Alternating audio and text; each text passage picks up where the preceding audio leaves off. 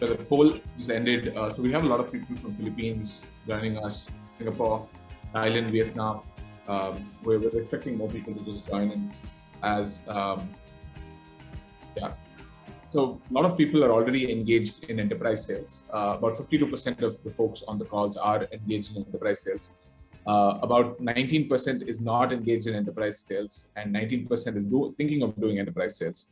And about 10% is not does not apply to enterprise sales at the moment, and 0% is about what is enterprise sales. So I think people do have an understanding of what is enterprise sales.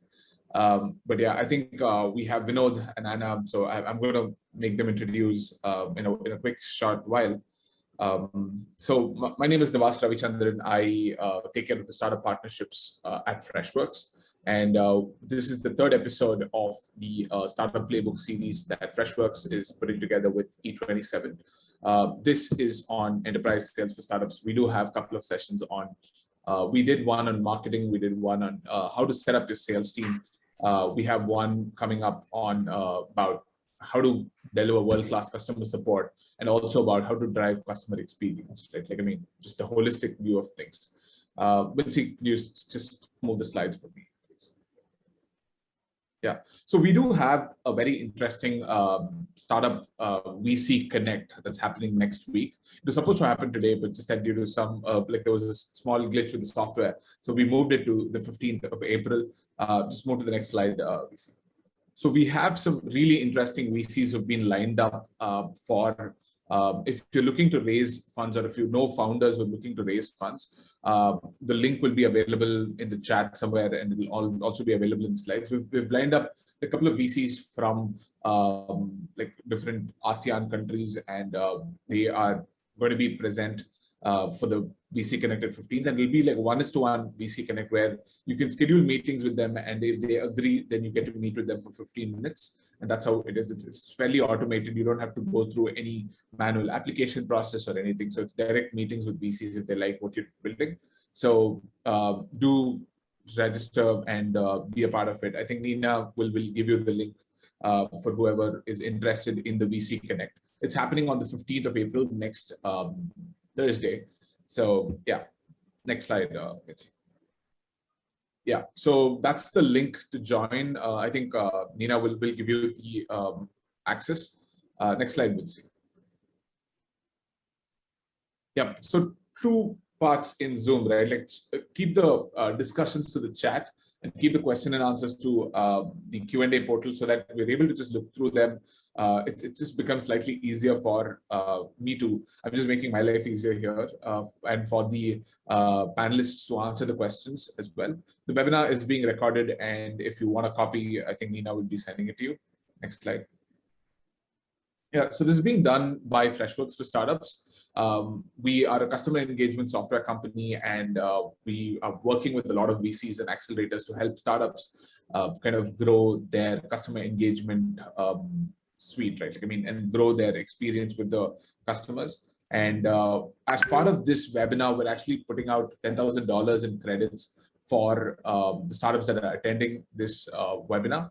And where you can use it for a CRM software, help desk software, or a marketing automation software within the Freshworks suite, and you'd be able to get started. So I think we're happy to send across a link, or probably just drop an email to me or Ravi. If you can just drop your email address to the folks, we could follow up with the interested people later.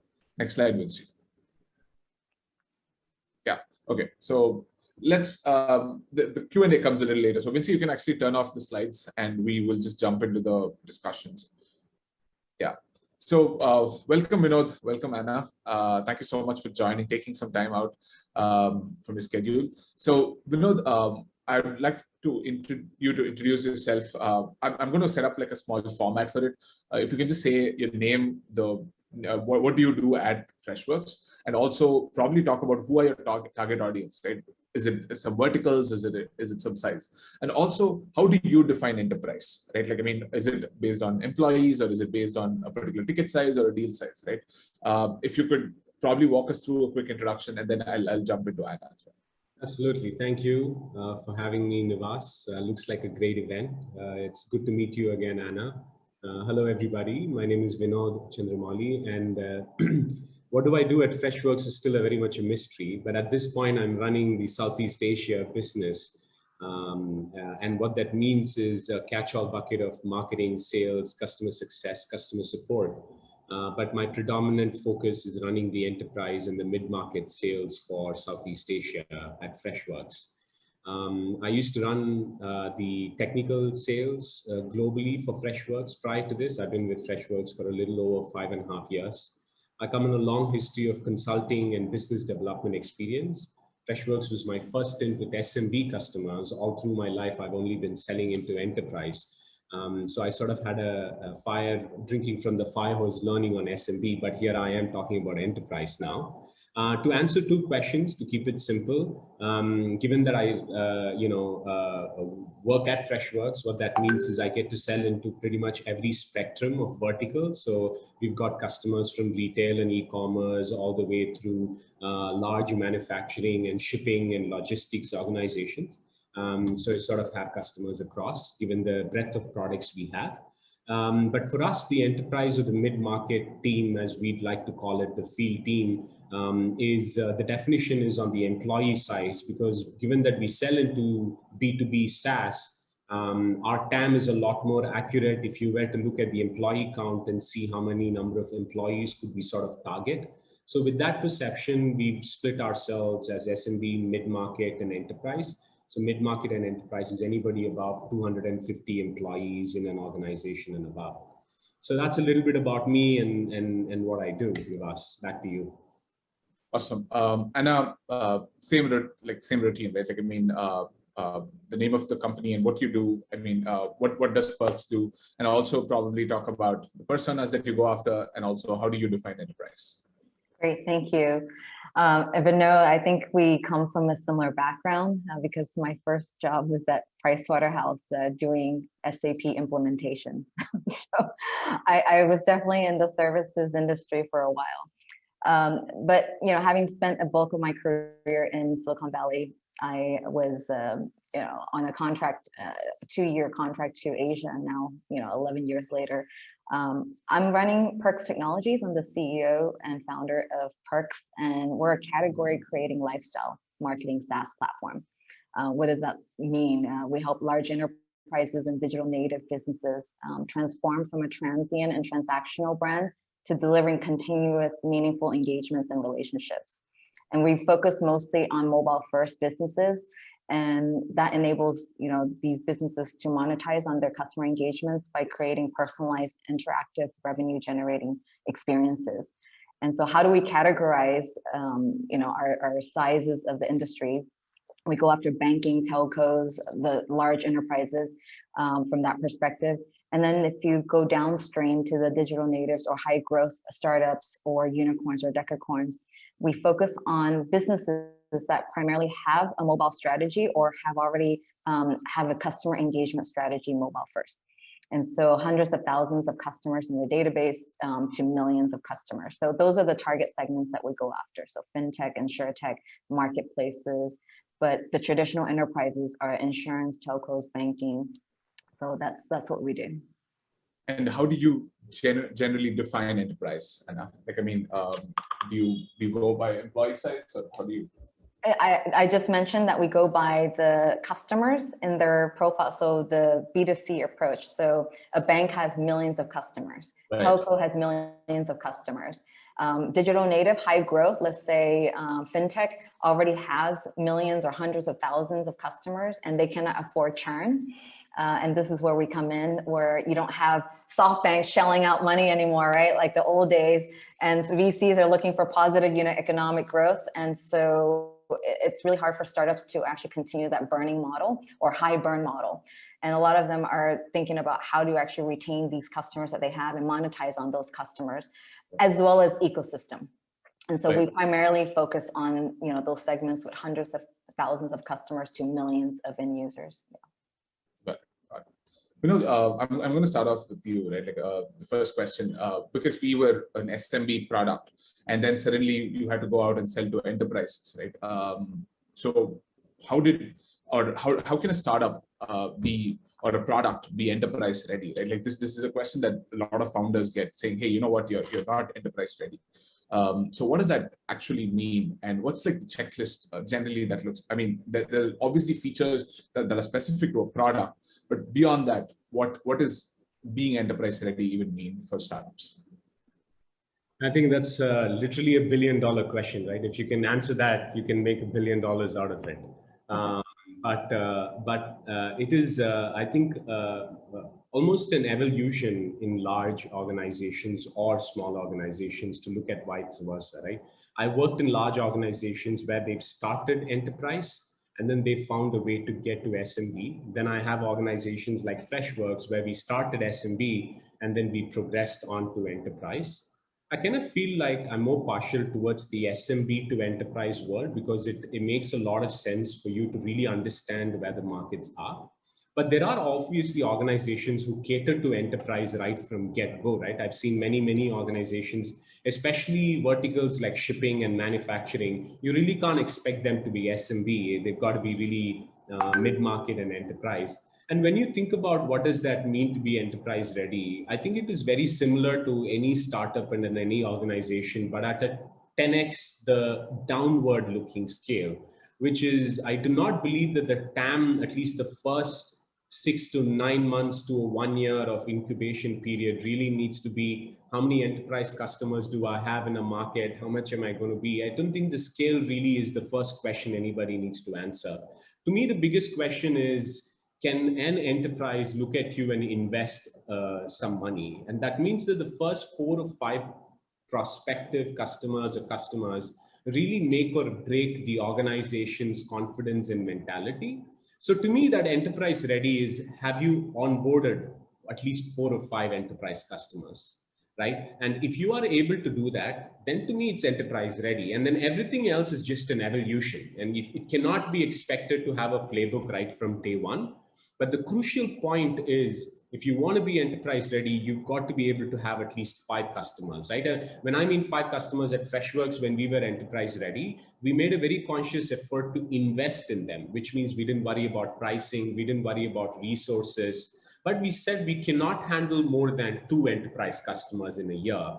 So what that meant is we have to focus 5 or 10 resources and almost prove ourselves that we are enterprise ready, right? And that took time for us to get. And I think that's very crucial.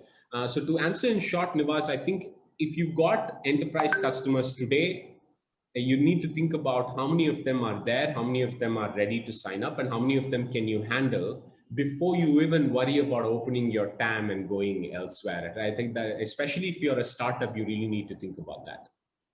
Right. And so the question is a little different for you, right? Because you, on the get-go, you went after enterprise customers. So how does that look for you, Anna? Because just convincing that first customer, the first few customers, is going to be super difficult, right? Like how was Perx was enterprise ready? We weren't. You build a platform and then you iterate and you make a lot of mistakes. It falls flat on your faces. It's so buggy, low performing, not scalable. I mean, all the pitfalls of building a enterprise SaaS business. We literally, just like Vinod said, we iterated and co-created and co-innovated with our customers. And in order to find product market fit is to find a number of these customers that actually can standardize on the basic platform, the basic, let's say 10, 20, 30 features that you already offer, and it's scalable across the board horizontally, to the different industries that you're targeting. And that's where we found our first customer who took a risk on us. We call them lighthouse accounts or beta customers. And they took a risk on one module, which was the gamification module. And we literally used that as the door opener because gamification was so hot a few years back, and it still is, I think even more so today. But how do you drive user behavior with gamification? And that was one of the things that we had to prove. And so we started with one module at a time, and we eventually actually expanded that module across the board and created product market fit within the first 2 years. But it was not a small feat. We're still co-creating with the bulk of our large enterprise customers, especially banking and telco. They have deep pockets, right? They have now a longer term vision. Many of them actually sat back for a while the digital natives burned to the ground. And now they've seen the playbook and seen how to have a very slow car crash or a fast car crash, and they can actually tweak. So they have the war chest. They are willing to invest. And that whole build versus buy is no longer there. Now they just have to partner and buy. We see digital natives also in the past with the ego of, so big that they want to build everything themselves. And I think the unsophisticated large conglomerates also want to build it themselves. But with COVID, everything got, shortened and accelerated, and digital transformation is not a negotiation anymore, it's a must. So we've seen a lot of companies evolve out of that whole build mode into buy. And this is where SaaS comes into play and becoming stronger in the COVID period. Right, right. And in fact, one of the very interesting words that you used was the word co-create, right? I think that's pretty important, especially when you're working with enterprise and customers. If they're able to give you the right features that you can build, which can be used for some of the other other customers as well, I think then you're building on the right roadmap, and then you're able to, and not building it just for one client, but for like multiple of the clients, right? Anna, so this is one question, right? Like you mentioned about these telcos and the banks and the fintech companies that have large customers, right? Like, did you have a method to build out these playbooks? Where did we just? Okay, yeah. So, how did you go about building that account book, right? Like these are the target accounts, right? Like, I mean, one is them reaching out to you inbound, which very rarely happens for a startup. That's a miracle, I would say, right? Like, I mean, what is it that, how did you go about creating that account book for Perx? Yeah. So we looked at certain industries, and let's face it, in the digital economy, consumers are driving corporate strategy. And during the last few years, the most disrupted industries have been in telco and banking, insurance, and so forth, right? And retail as well, the retail essentials. And when we look at how fast the disruption is, but at the same time, consumers cannot live without certain brands or certain businesses. I cannot live without banking, mobile services, insurance. I must have insurance, and then groceries.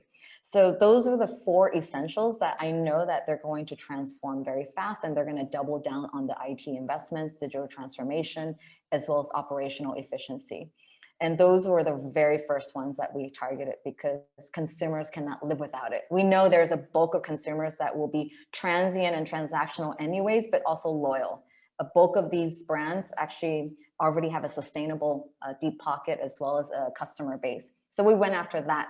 And then everything else as an aspiration or as a side sector that we didn't anticipate, then it would come into play. Like InsurTech didn't come about in Asia until only the recent couple of years. Health tech, that might be, the next evolution for us to get into as well. How do you drive human health and wellness and all of these different aspects?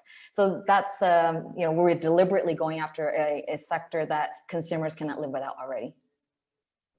Awesome, awesome. I know you do this on a daily basis at Freshworks, right? Like, I mean, just creating account books, which I mean, like that's how you started off with creating the entire APAC market or the ASEAN market. And I just noticed Gerson's question. I'm hoping I'm saying the name right. In fact, that's my next question. So Gerson, we will be answering it live. Vinod and Anna as well will be answering it live. Just how did you go about creating the account book, given that it was based on employee size, as you mentioned? What was your method of just putting out, saying, hey, these are the accounts that we have to go after?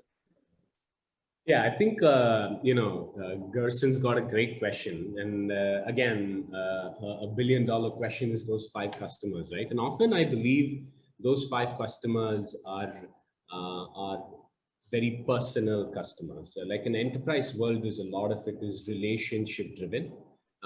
So it is usually when you start, at least when I started this enterprise team here, I usually went back to my LinkedIn contacts of people I've not met in the last 15 years and sort of rekindling that relationship back again, because purely enterprise is driven out of relationship, right? I think those top 5 customers will come if you can get just one customer and ask them to help you refer a few more customers. And that first customer is what I call that personal customer, who's here to help you, that personally grow. And like Anna mentioned, co-create to a certain extent, right? Like a lot of enterprise solutions usually start with a PDF. They don't generally go building a product, right? I mean, they build a module, and that module, like Anna mentioned, will fall face flat first, right? But the feedback you receive from that first 2 or 3 customers are crucial. So to answer both Gerson's question and the way you think about this is, for us, we really wanted to think about first where our competitions are and what sort of customers do they have as well, right? And it's very evident when you go take a look at who they are and what sort of case studies do they have. It helps you sort of understand yourself, whether you're placed right in the market, whether you can do this right, because solutions could vary. Like, for example, I remember launching a product within Freshworks many years ago, where we could not onboard the customer as fast as we thought we could. And that was a big issue when you go and sell into a mid-market or enterprise customers, when onboarding takes 100 days or whatever, right? So what we wanted to do was get those 5 or 6 customers as an investment. We said, we're going to give you, even for the first 1 year, free of cost. But what we expect is a case study out. What we expect is maybe some thoughts and feedbacks about your business, getting value out of it and stuff. And really drive home the point with those first 2 or 3, right? Then the TAM and everything else, Nivas, is actually what I call myself, I was telling Anna about this as well the other day, I call myself a new age sales leader. What that means is I don't think I have time to sit and worry about the legacy way of selling, because of so many organizations giving so many insights for a salesperson today, right? You go take a look at TAM, a simple Google search will tell you 100 organizations which could sell you databases in formats you want. There's literally an organization which will ship you CDs if you want, so you could go and make calls to customers as well, right? So you sort of have all of this ecosystem built around it. You just need to nail the use case right. You need to nail the first 2 or 3 customers right, which usually comes relationship driven. When you do that, then it's a snowball effect of one customer talking to another, building a case study out, going into a TAM, and the usual SDR and BDR and all the other stuff as well post that. Right. And how did this work for you, Anna, given that, you were working with, just identifying the first few large customers, right? Maybe just convincing that first 1 customer or even the first 2 to 3 customers. How was that experience for you, Anna? Well, my background has been in enterprise software. So it was almost like, it was, I can do this in my sleep in a way, but it was a completely different sell, because I was no longer selling to the IT organization, where I usually were dealing with infrastructure, technology, automation technology, and so forth. So my stakeholders and my personas that I was selling to were engineers, developers, CIOs, and so forth. And now I'm doing MarTech. And MarTech is completely different. It's the line of business, the revenue generators, and only top line. Always, the discussions come, how much money can you generate? What's my ROI? And so we had to do a lot more thinking and strategic visioning in terms of how do we actually move the needle for these organizations that are urgently getting disrupted and transforming. And so we had a deck. We even only had an HTML demo. So you don't have to have a perfect product or solution to sell an idea or to sell the vision. And if that organization can take a risk on your vision, then you co-create. So that first few customers would definitely be your co-creator of the platform. And that's what we ended up. And we also won certain RFPs in early stage based on our vision and the product that we envisioned that we would build with them as well as for them. And I tell you, most of the RFP features and functions that they wanted, half of it were not in realistic standpoint, but we had to still go through the RFP process, and we work with our customers on that. But I think startups fall prey to the procurement process. Getting on the vendors list is a nightmare. If you don't know how to navigate a complex sales cycle and selling complex solutions, you're going to be in the, they're going to take a run for your money, and you have to really understand the whole cycle and get trained up. And most startup founders that I've been in companies were engineer led. And so it's technical, it's very feature function based. When we sold to those 5 customers, we never really gotten down to the features and functions. It was a vision, it was the concept, it was a problem and solutioning that we were solving. So that's how we actually ended up beating some of the bigger players. Right. Anna, so you mentioned about, you used the word of co-creating a lot, right? Like the one thing that I want to probably ask you and is sometimes enterprise sales also adds to a little bit of service, right? Or maybe it just becomes super customized that you built for them, but it's not really built for anyone. And that sometimes becomes a deal breaker, right? Like when is it that, and especially startups fall prey to it, where they kind of go a little overboard and they probably just built it for one customer and not really for scalability, right? Like, so when should a startup or a founder, it's a very tricky question, but when have you said no, or saying, okay, you know what, we don't do beyond this, right? Or something of that sort, and said, it's okay to lose the deal. Maybe, I think we know the smiling, but Anna, I'll start with you. Yeah, we end up falling prey to a lot of the customer requirements and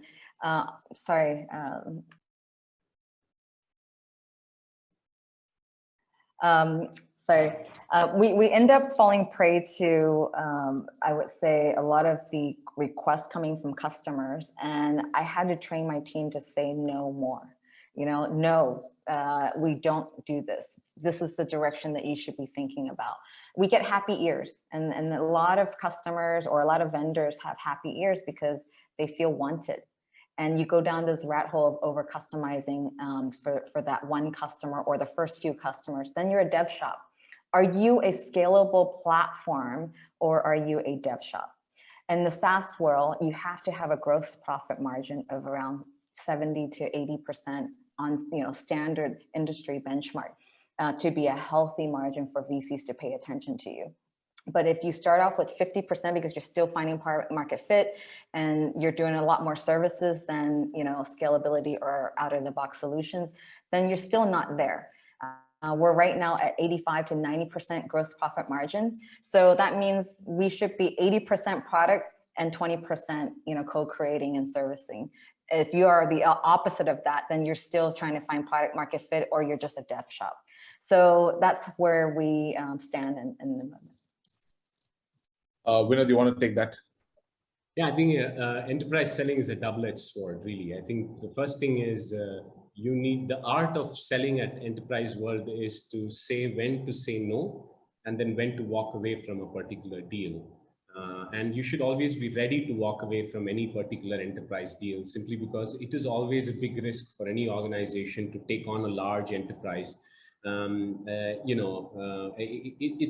It's a big effort. A lot of people's jobs and titles are at stake when they invest so much money onto a startup or onto a not so well-known brand who's here to prove, right? And to a certain extent in the enterprise world, I still believe Freshworks is still almost a startup because we still are making our name in an enterprise world, right? So Anna mentioned it really well. And I think it is very, very important for the enterprise sales team to say no. Because when you add $1 million tag and you look at that the deal size is $1 million, obviously you're going to have to fight it out. And the enterprise sales world's DNA is to give everything you can, right? I mean, if you ask me if you ask me to jump, the usual thing is, how high do you want me to jump, right? I'm not going to say no. But at the same time, you also need to know, do you have the time and energy to spend on this? And after a certain point, it's an organization's decision, not just the account executive or the salesperson's decision, right? So at Freshworks ourselves, we've walked away from deals many, many times. We've also said yes to deals many, many times, fallen flat, and then picked ourselves up, right? But those decisions were taken with accountability, with an understanding that we are going to take this risk and whatever is the outcome. So I think a couple of things is, don't expect velocity if you are an enterprise initially, right? And if you want to be able to truly spend time with one particular customer and you think that you can land and then expand, then so be it. Let's go and do that. But at the same time, if you want to land big and not worry about expansion, and if you think that your product's capable of doing it, then don't expect 100 customers to line up on you, because when you want to land big, the sales cycles are longer. There's only so much we can do, right? Unless somebody reinvents the way speed of light and the way our pipeline can go beyond speed of light, there's nothing physically we can do to get an enterprise deal within a day or two. And it has to take its own course of time. So I think patience is really important. Saying no is really important. Knowing when to walk away from a particular customer or a deal is also very important. And I think these three, and like Anna mentioned, needs to be really drilled down into every single person. And one more point, Nivas, is an enterprise organization and an enterprise selling cannot be just a sales team's role if it's enterprise. And it has to be across the organization, including the way you hire somebody, the way you sort of train somebody and everything else. It's very crucial that if an organization or a startup decides to be enterprise, it needs to be really driven down in their DNA, agnostically, irrespective of the roles they play. Right. In fact, my follow-up question is on that. How does the team structure look like when it's enterprise sales, right? Like, I mean, we've done SMB sales, and I think Anna would also have like certain insights on who are the different roles that you have to make sure customers are taken care of. But Vinod, I'll start with you on this. Yeah, I think at an org level, if you're a startup and if you are just building out this thing, then it's all hands on deck. Everybody works for a couple of enterprise customers. It's okay if there's an engineer who's on a customer call. If it's okay if there is an account executive who's working on the weekend to push through a release for a particular customer. I really think that everybody all hands on deck, because that truly is the learning, right? Like co-creating and really getting that feedback from your customer is crucial. So I would say that at least until you've proven yourself and you have a consistent way of getting at least a customer, predictable way of getting one or two customers within a quarter or a year, or however you've sort of set your goals, don't worry about team hierarchy, team goal, because you won't have time to sit and worry about that. But I think after that, the clear demarcation is the go-to-market teams versus the product teams or the services teams.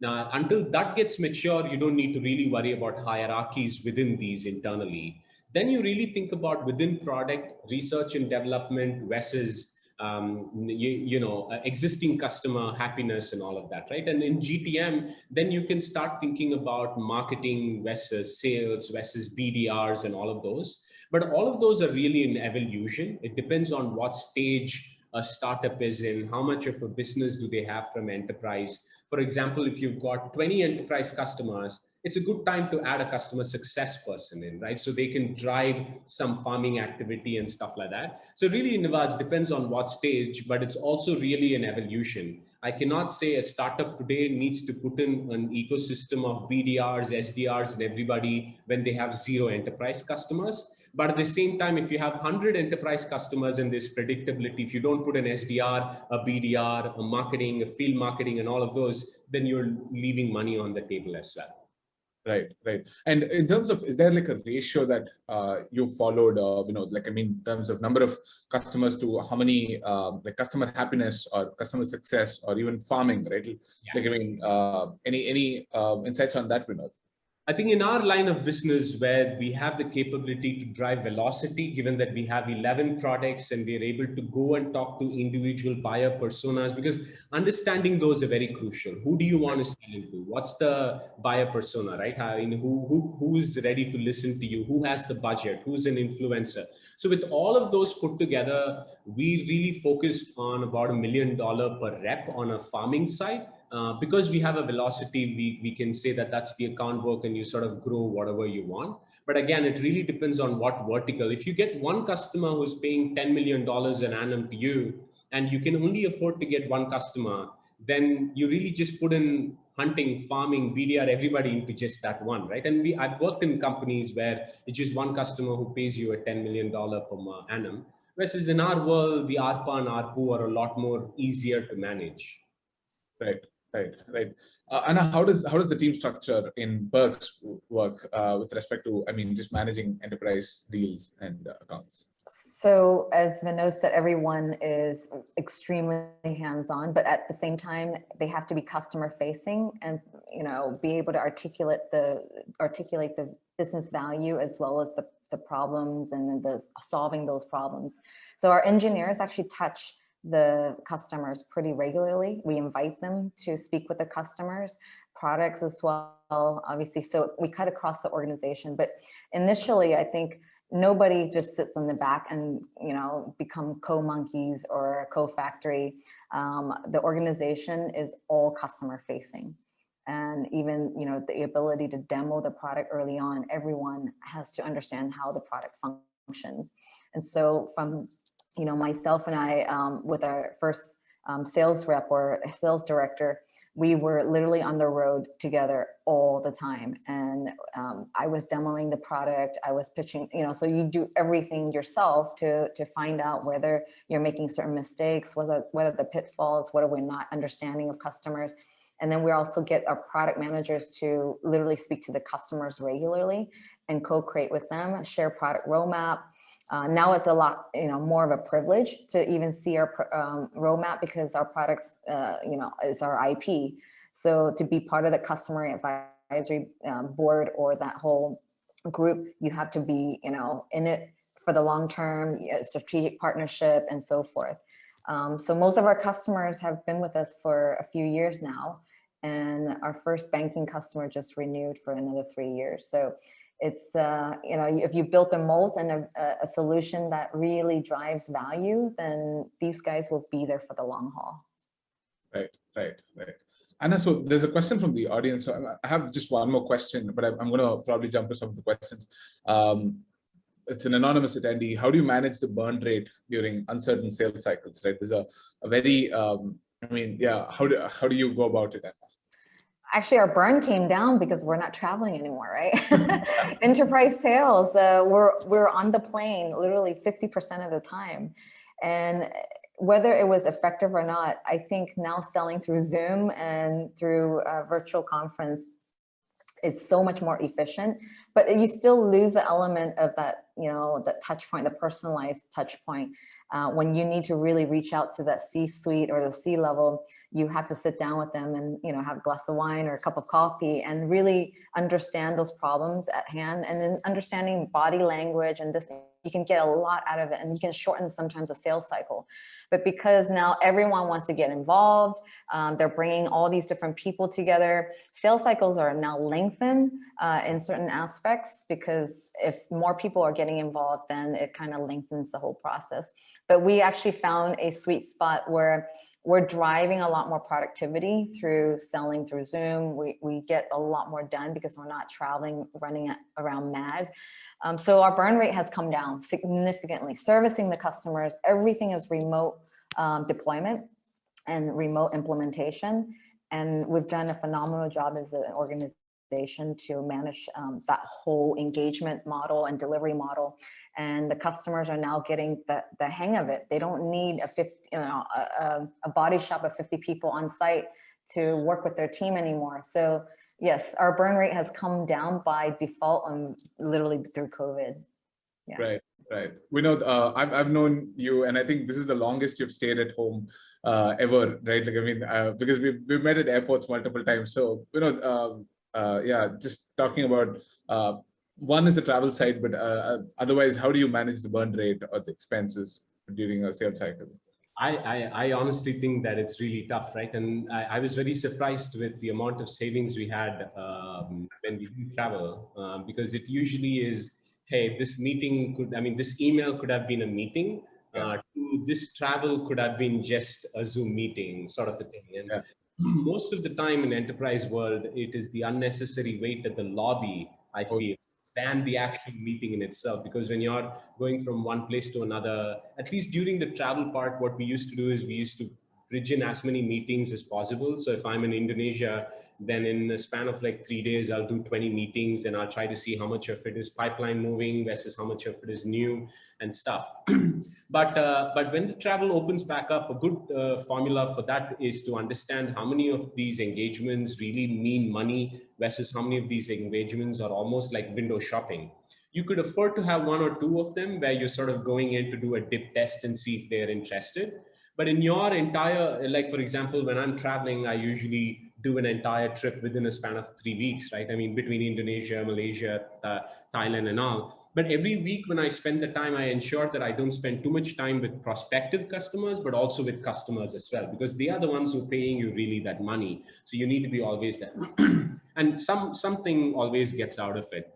But the burn rate actually also, from the question, what I believe is what happens during the Zoom phase as well, right? Because you're putting in an expensive AE's resource into this, or you're saying that the entire organization is going to focus on one customer and that customer walks away at the end of the proof of concept, then you just spend all these roadmap items, you just move forward. I think it's a trial and error. And like Anna mentioned, I think we've also at Freshworks have also burnt our hands more than once. But I think what is very important is to really understand how much of a burn rate yields money and almost be a time traveler of sorts and look forward. And I think that's where data and everything else will help. First thing is understand and go after and strengthen your strengths rather than worry about weakness. So if one customer today came in because of, like Anna mentioned, they trusted them with one module, then double down on that module and try to see how many of more customers could you get for that particular module while you're taking the risk on another module and go and do it, right? So it's almost like go both deep and breadth at the same time. And I think that's where internalization is really important. Like if you think that after a couple of deals or a couple of conversations that you seem to have had a market fit here, you don't need Anna, for example, to be traveling to do the same thing again and again. You could find somebody else to do it because they're going to be taught how to do it, while Anna or I go and sell the vision elsewhere. That's pretty much what we do, right? When we know in Philippines, in e-commerce as a vertical, when we went in to make our first pitch, once it resonated, I had the AE with me. The next few times, I don't necessarily need to be there. So one person's focusing on it. That's one. The second is also, I think it's very key to reduce the burn rate is when to walk away from the deal, when to know that this deal is not going to happen. Like predicting this deal after the first 5, I think we should start choosing customers. For the first 5, you could let your customers choose you, right? But after that, you really need to choose your customers. You really need to choose the problems you're solving until everybody in the organization understands that when you take this customer, you take all their problems, all their behaviors and everything else. I think that's very key. When you understand both of this and then marry some data and TAM and everything else, you could reduce it. But I think in an enterprise world, having burn rate needs to be given and taken. And I think how much of it can be reduced is really where you need to be, either with Zoom or without Zoom. Right. No, that makes a lot of sense. Anna, so there's one more question coming in from an attendee. Which channels do you invest in to get leads or reach out to your target enterprise clients? Which channels work and which don't? Yes, so we've started doing a lot of social selling as a team. And I think from a perspective of the customer, we have a hit list, right? The hit list would be the top banks or the top telcos or challenger brands, fintech players. Go to Fintech Association, get the list of those fintechs, short list a few in the respective territories that we're going after. And then we would then use ABM tactics through LinkedIn, through a number of different channels, social media, and then target those lists from a marketing standpoint, as well as from a personal standpoint. How do you actually use Lead Connect from Sales Navigator to Bant.io to Streamline? Are you using Lucia, Outreach, Rocket, all of these different solutions that you can get direct contacts? Because I think now with COVID, most of the executives that we're targeting are quite reachable. And so they actually enjoy you calling once in a while directly versus before they're never reachable because they're on the plane or they're in transit. They themselves now have a lot of time. And people don't call the C-suite enough, right?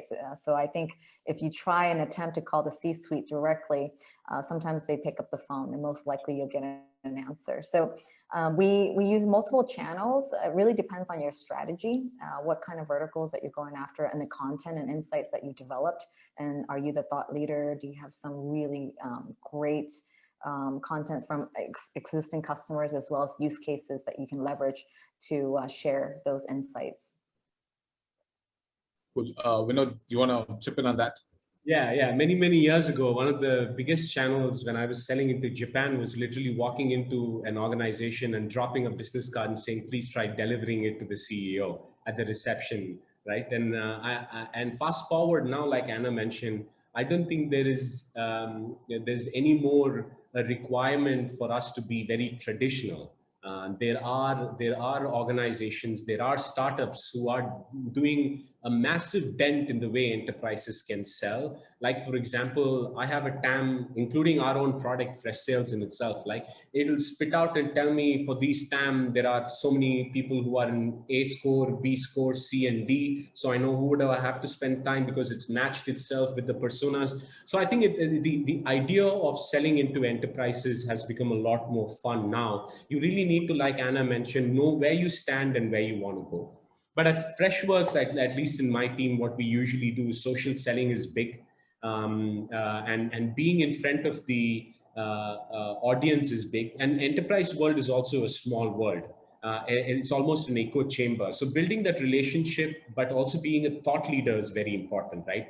So you know that you're able to network with the people around you. So you need to contribute. You just can't keep asking for an email if you're not able to also contribute. So building that relationship is very key. We also use a lot of marketing content and syndication and stuff, right? Our CX mandate reports or a lot of these reports are usually sent not just as an email campaign, but specifically targeted. In an enterprise world, spray and pray will not work. So taking a 10 account list and then driving an email campaign and saying day 1 this, day 3 this, day 7 this sort of really also helps being a little more reactive. And then the others are usual suspects like Zoom Info and your LinkedIn and you know, demand base and how many ever more you could get out of. But you know, a lot of these questions are obviously the billion-dollar questions. But one of the biggest crucial part once you're able to sustain your business is really nailing down and understanding how much of account and contact and channels could you go after. But I don't think you should place your bets on one single channel. You can't put your pot of gold on just one, and you've got to try to distribute it across. Right. So just one question here. You mentioned about some marketing resources, right? Like, Anna, I'm going to come to you. What are some probably resources or like something that the customers asked for and seems to have worked really well, right? It could be like something like a handout, or what has worked really well in your industry for enterprise deals, Anna? I think for, you know, MarTech, it's really about ROI, insights around, you know, how much revenue you have driven, and what is that time to market and rapid deployment. I think in the API economy, you don't have 12 months implementation. So if we can execute within the same day, 2 weeks to 4 weeks to go live, in the enterprise space, that's a hell of a job, right? A hell of a feat to actually achieve. And so we harp on fast execution, rapid time to market, and rapid time to value. Actually, even after you go live, we measure every 30 days, what's the ROI with that campaign. And so we bring in insights, not just from the dashboard, but there's so much insights to be, you know, analyzed and presented to the customer. Sometimes customers were like, how did you get that data? We don't even have that. And, you know, and so we would expose some of those data points and they salivate. You know, one of the banks that we worked with, the first campaign alone already generated 5% uplift in spend. And then the other second campaign already created thousands of customers to opt into recurring billing. Once you have a customer to do recurring, you almost have a lifetime value that lengthens, right? And no one's going to go in to reconfigure that automatic billing to deactivate it. So driving user behavior already created so much of the ROI immediately. And so insights that we bring in, and also future road mapping. How does we see the future? because they look to cross-functional, and then we marry the different verticals together because they all want to learn from each other. The bank doesn't want to learn from another bank. They know what the other banks are trying to do. They want to know what the fintech, the telcos, because everyone is coming into each other's space and creating a very gray competitive landscape. And so if that convergence is happening, they want to know what other players and what other industries are innovating and how can they learn from those. So we bring those types of insights to the table as well. And there's just a plethora of ways and ideas to generate, I would say, interest from our customers. Right, right. So we have two more questions. Let me just see if we have time. Yeah, we do have some more time. Yeah, I think there's a question from an attendee. When you participate in an invitation to bid, yeah, sorry, before that, Vinod, do you want to answer the question around the resources part? So that I think I'll answer both those, because the first one's, it looks like it's coming on for me, and then the second. I haven't read the question yet. Yeah, do you have any sense? I read Go ahead. Yeah. On the resource part, I think a couple of them are obviously your playbooks, your competitive playbooks, your decks, and your demo pitch, and a lot of that is really the basics. But then also understanding what we do. One of the best practices which works really well with enterprises is these quarterly business reviews or these monthly business reviews, right? Very similar to Anna. We've had many customers point out and saying, I didn't even know my support team was working this way. Or I didn't even know that my emails were less than my social media or whatever, right? And vice versa. So I think really just being there and telling that, hey, we want to invest time, we want to invest, these are the product adoption, this is how much you can spend. And really also one of the big things the enterprise expects you to do is to, over the course of their contract time period, how much savings can you help them enable? Which is sometimes we even go back and saying you are adding more agents than you really need to. We don't need that money because you're already paying for it in many different ways. And they truly value those conversations. So I think that's key. And also case studies and all of that, right?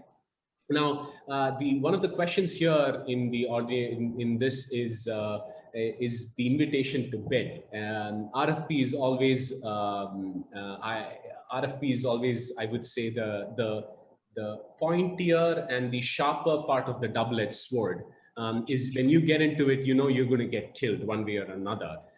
So you got to fight it out, and that's where you put in the resources who maybe can balance time, and you can't really take more RFPs, especially depending on the vertical you are in, right? I mean, if you're in a vertical selling into shipping and manufacturing or GovTech, then the only lead you're going to get is via an invitation to bid most of the time, because government technologies usually tend to be a lot more fairer.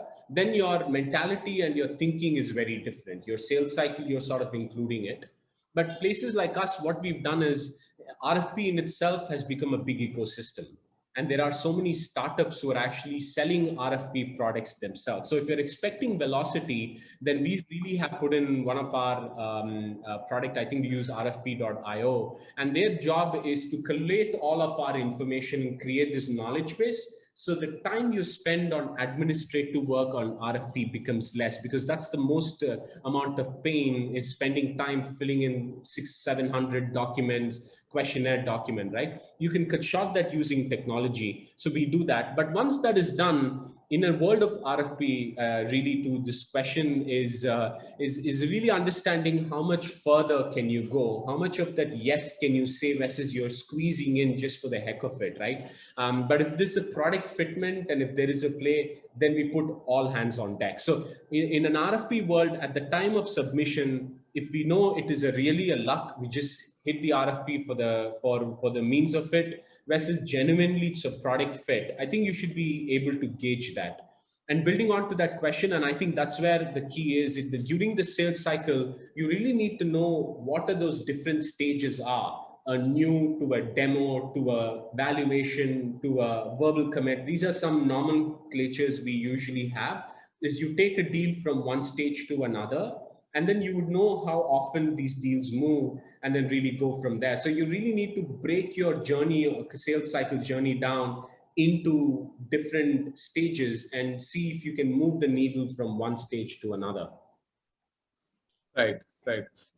Because we're running out of time, so I'm going to shoot the next question to Anna because it is meant for Anna. So Pre-pandemic, we targeted our market on enterprise retail space. We focused our strategy that it will be back to normalcy in a year, but unfortunately did not.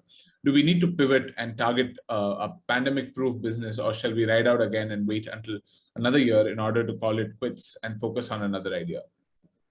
Yes, I think every organization will pivot a few times over based on economic conditions or product market fit. And one of the things that, you see travel has curtailed, and a lot of these travel sites have actually pivoted out of travel and focusing a bit more, even on being a wallet. How do they use the existing base of customers and create a wallet and monetize on that and bring in new partnerships? We have one pretty big new telco company. The B2C is no longer a validation, and nor can they really monetize because there's no roaming, and during the pandemic times, telcos and banks are surviving the strongest. And, you see that MVNOs are suffering because of their prepay, and they were raving about how it's seamless to onboard and just do that, and to be able to leverage their services on the fly. Customer service was in the experience. Customer experience was also the big selling point.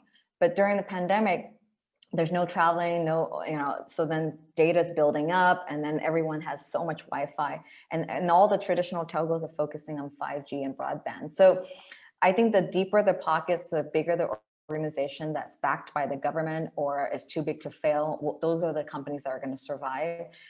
Retail, unfortunately, was one of retail, hospitality, and airlines were the ones that we were literally hell-bent 6 years back not to focus on, because no one's going to create a flying saucer. Elon Musk has not even created a flying saucer to disrupt airlines. And so when we don't see urgency in terms of transformation, hotels, there's only one Airbnb to disrupt the hotel space, right? Hospitality.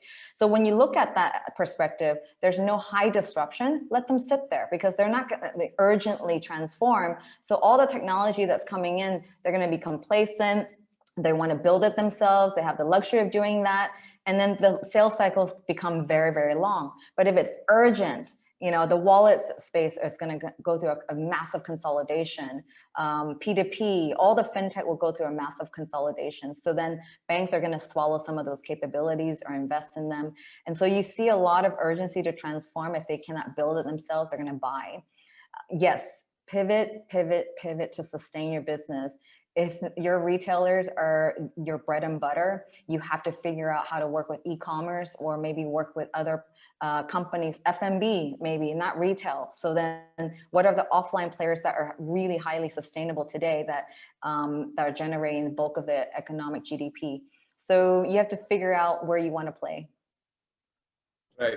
That's actually pretty insightful, Anna. So with that, we actually come to the closure of the discussion. Thank you so much, Vinod. Thank you so much, Anna, for joining us. Vinod, do you want to say some few closing words? Okay. Anna, thank you for having us. There's some great questions. Thank you. And Vinod, I think you're available on LinkedIn. So maybe for the audience who want to connect with Vinod or Anna, just probably send them a LinkedIn connection, but make sure you are able to customize it. You can probably mention that you attended this webinar, and maybe add one point that they spoke about today, like a very insightful point, right? Like I think that just increases the chance of them accepting the request. I don't know whether they're going to or not, but I'm just going to talk on your behalf and probably just make them accept that connection request. But thank you so much, Vinod and Anna, for joining us at this discussion, and E27 for putting things together. So just a quick shout out. We as the Freshworks for Startups team, that's the team that I work with. We're giving out $10,000 in credits on the CRM software and the help desk software for the startups that are attending this event. We've already partnered with a lot of accelerators and VCs, but for the attendees of this particular event, we're giving out credits for Freshworks products. So feel free to reach out to either one of us, and we're happy to get it done. And we do have 2 webinars coming up. One is on establishing grade A+ customer support in the digital world, and also setting up seamless customer experience. Right? These are going to be scheduled in the upcoming months. Make sure you follow E27 and probably just keep up with the newsletter as well, and we will let you know.